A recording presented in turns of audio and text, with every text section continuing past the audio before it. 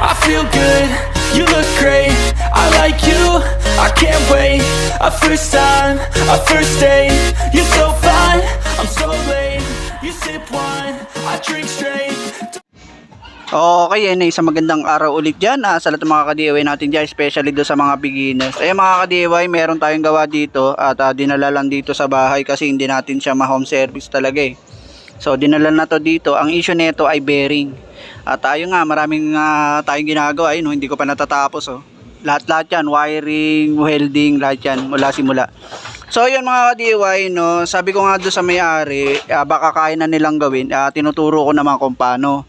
Kaso nga lang, natatakot din silang gawin. Kasi nga may wiring kasi itong likodan. Kaya mas minabuti na lang talaga nila ipagawa. Okay? So ayan, step by step mga ka-DIY, papakita ko sa inyo kung paano natin to gawin. Magpalit ng bearing sa motor. Motor kasi yan yung pinakamotor niya. Yung harapan okay lang daw. Pero kasi itong likodan medyo risky kasi may wire. Ayun, una natin gagawin dyan, syempre tanggalin natin yung upuan para makita natin yung controller. At yan, dito sa controller mga ka-DIY, ang kukunin lang naman natin dito yung hall sensor and then tsaka yung sa may phase wire nya. Dito kasi mga ka-DIY, ito yung tatandaan natin kapag may gagawin tayong ganito. Tandaan natin yung color coding kasi minsan magkakaiba kasi ng coding yan mga ka-DIY. Halimbawa dito okay naman siya, green green, yellow yellow, tsaka blue blue. So okay yan, hindi tayo mahirapan dyan. Meron kasi iba mga e-bike, naka-combination kasi yan, kumbaga naka-mix yung kulay. So dito okay din tayo sa hall sensor. Yan, mukhang okay naman siya. Yan, okay naman din yung kulay niya, naka-color coding naman. So bubunutin lang natin yan. At yan, nakalas na natin yung wiring mga ka-DIY. Sunod naman natin kalasin ay itong kanyang brake drum. So kakalasin muna natin yung brake drum mga ka-DIY. So ayan, madali lang naman yan eh. Yan, natanggalin natin yung cable nya mga ka-DIY, yung brake cable. Ito naman yung nuts, tanggalin na natin yung nuts. Tapos pag natanggal yung nuts mga ka-DIY, ito rin, meron siya pan-lock dito. Ayan o, para sa lock washer nya yan. Yan. Okay yan mga ka-DIY, natanggalan natin. So tatanggalin natin yung kanyang Allen bolts. Gamit tayo ng Allen wrench na size 4. Yan, size 4. Yan. So dahil ito ay maluwag na, niluwagan ko na yan, kaya ito na yung gagamitin natin. Okay, natanggalan natin yung Allen bolts mga ka-DIY. Bago natin yung gawin, dapat clear natin yung kabila. Tanggalin natin tong mga to, okay? Yan, alisin natin yan, pati yung brake drum. So ayan, malinis na siya mga ka-DIY. Make sure lang natin na malinis to.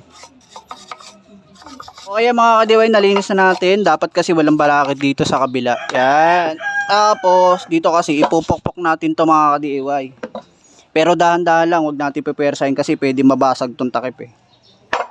Yan, so pag medyo matigas, yan, huwag natin pepersahin mga ka-DIY, dahan-dahan lang. Pwede natin sungkitin pa konti-konti rito. Konti-konti lang. Yan o.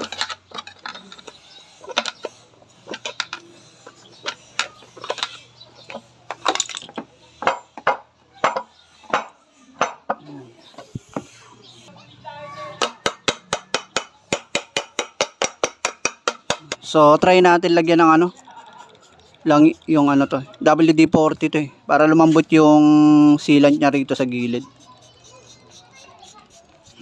Uy. Okay yan mga ka-DIY. So dinahandahan lang natin, delikado kasi.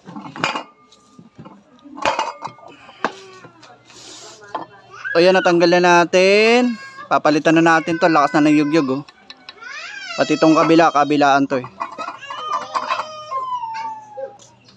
So itong isa naman tatanggalin natin mga ka-DIY.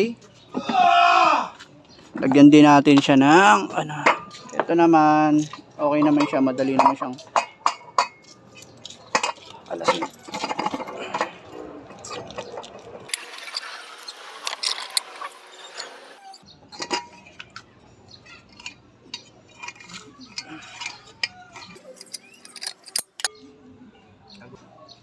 So ayan mga ka-DIY, dalawang bearing yung papalitan. Ito medyo mahirap yung isa kasi naiwan. So kinakailangan ng puller dito. Ito naman isa, medyo madali kasi pupukpukin lang sa kabila.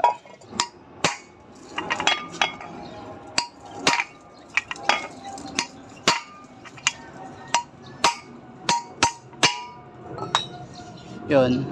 Inangat ko siya mga ka-DIY kasi pag pinatong mo delikado. Pwede kasi mabiyak to pag dito ka pumersa, kaya dapat nakaangat lang. So yun, natanggalin natin. Yung kabila kailangan ng puller. So ayan, na set up na natin yung ating puller. Side.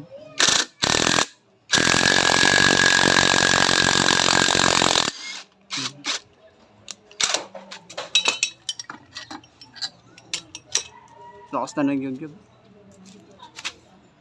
Yung mga ka-DIY, ito na ipapalit natin. So, ang bearing na dalawa na to ay 6004 and then 6203. So, ito yung binigay sa atin. Dito mga ka-DIY, wag nating kalimutan na magdagdag ng grasa. Once nabibili tayo, kinakailangan natin tanggalin to. Lagyan natin ng grasa mga ka-DIY kasi kalimitan talaga sa mga bearing wala masyadong laman. Okay? So, lagyan na natin ng grasa yan.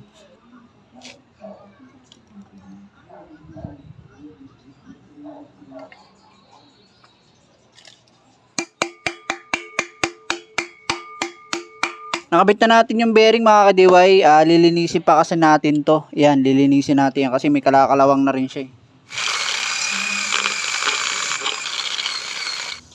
So, pati ito mga ka-DIY kasi kalawang na rin. Yan. Yung mga ka-DIY, nalinis na natin. Nilagyan natin ng langis. Okay? Pinahiran lang natin ng langis pati yung kabila. Eto, pagka ibabalik na natin mga ka-DIY, wag natin kalilimutan maglagay ng sealant dito sa gilid. Ito yung lagi kong ginagamit. So, 1101. Yan. Gasket maker. So, lalagyan natin yung gilid.